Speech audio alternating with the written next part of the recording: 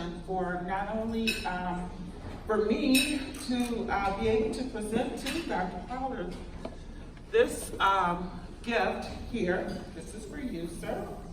This is from the Center for Women and Gender Studies. I am the director of this nonprofit organization, which was birthed from the Women's Center Advisory Board. So we are kind of one and the same. I have asked Dana to sit here with me because she is a student that is also on that board. So Dr. Pollard, that is for you. And you might want to, I hope that card was really written for you. Okay.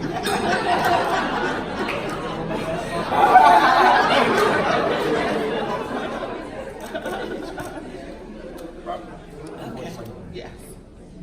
So what I did want to say is, before he talks about what's on the card, is that yes.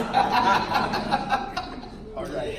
Okay, is that as I did say that the SWAGs, which is our Center for Women and Gender Studies, was birthed from the Women's Center. So we're made up of alums, former faculty, current faculty, students, and community leaders. And that's one of the things that with Dr. Pollard, when I first met with him, he was very much talking about reaching the community and being out in the community.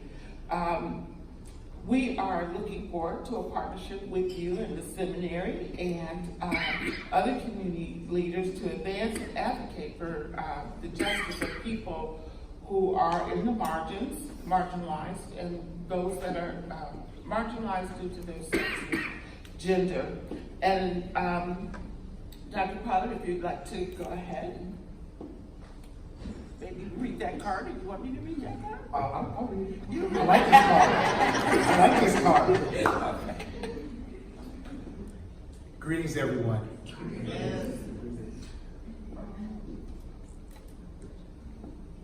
With gratitude for your prophetic ministry and in hope for a new partnership where those who are marginalized because of sex or gender will be empowered, called, and drawn together in this place.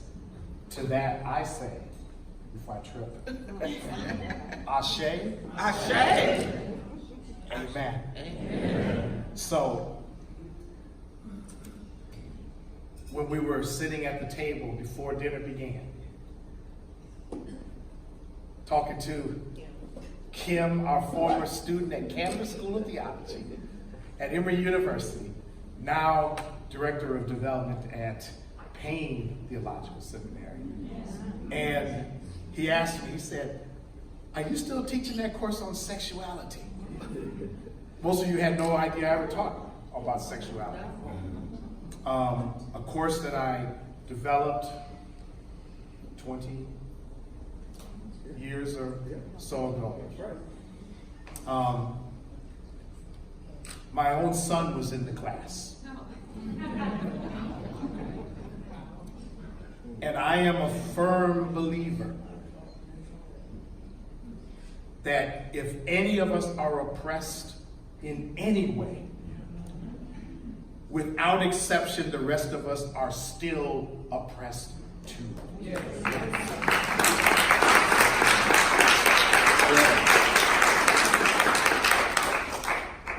There is none of us better than another, and every single one of us as profound as each other. And my sisters and my brothers, my siblings in the house, some of you have heard me say that in the short time that I have been here at Louisville Presbyterian Theological Seminary, one of the things that has struck me, and I've had this conversation with Deborah and several others of you, I am struck by the fact that we have not done enough, not remotely enough, when it comes to issues of gender and sexual equality on this campus. Numbers do not tell a story. It's not about how many are on your faculty, or how many are in your student body, or how many courses you teach. It's about the relationships that we build and the way that we treat one another, and whether systems reflect the spirit of egalitarianism that we say we profess. And I will pledge to you, my sister, my sisters, and I will pledge to everyone here that we will be relentless in our pursuit, working, partnering with the Center for Women and Gender Studies, but also within our institution itself, making sure that the least of these begins with me and you and you and you. There are none of us who have arrived.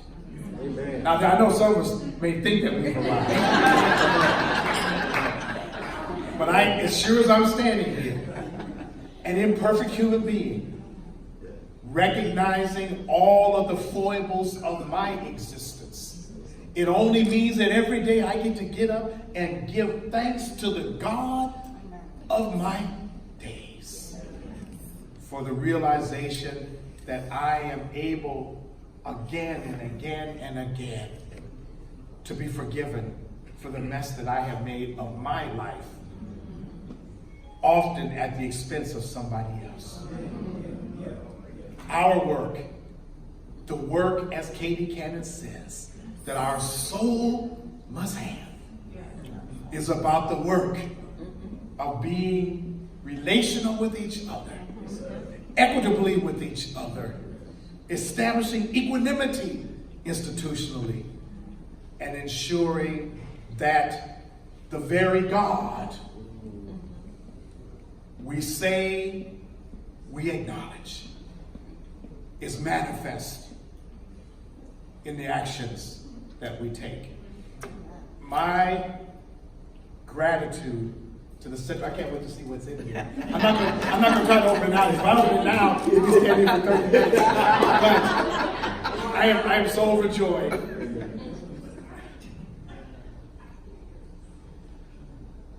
LGBTQ, Muslim, Buddhist, agnostic, atheist, Presbyterian, Baptist, Episcopal, Methodist, Pentecostal, holiness, non-denominational, don't quite know who you are yet. Come on.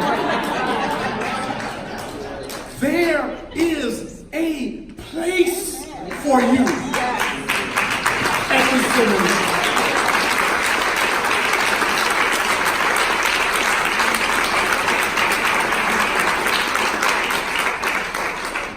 I think I'm done. Thank you, Dr. Pollard. Thank you.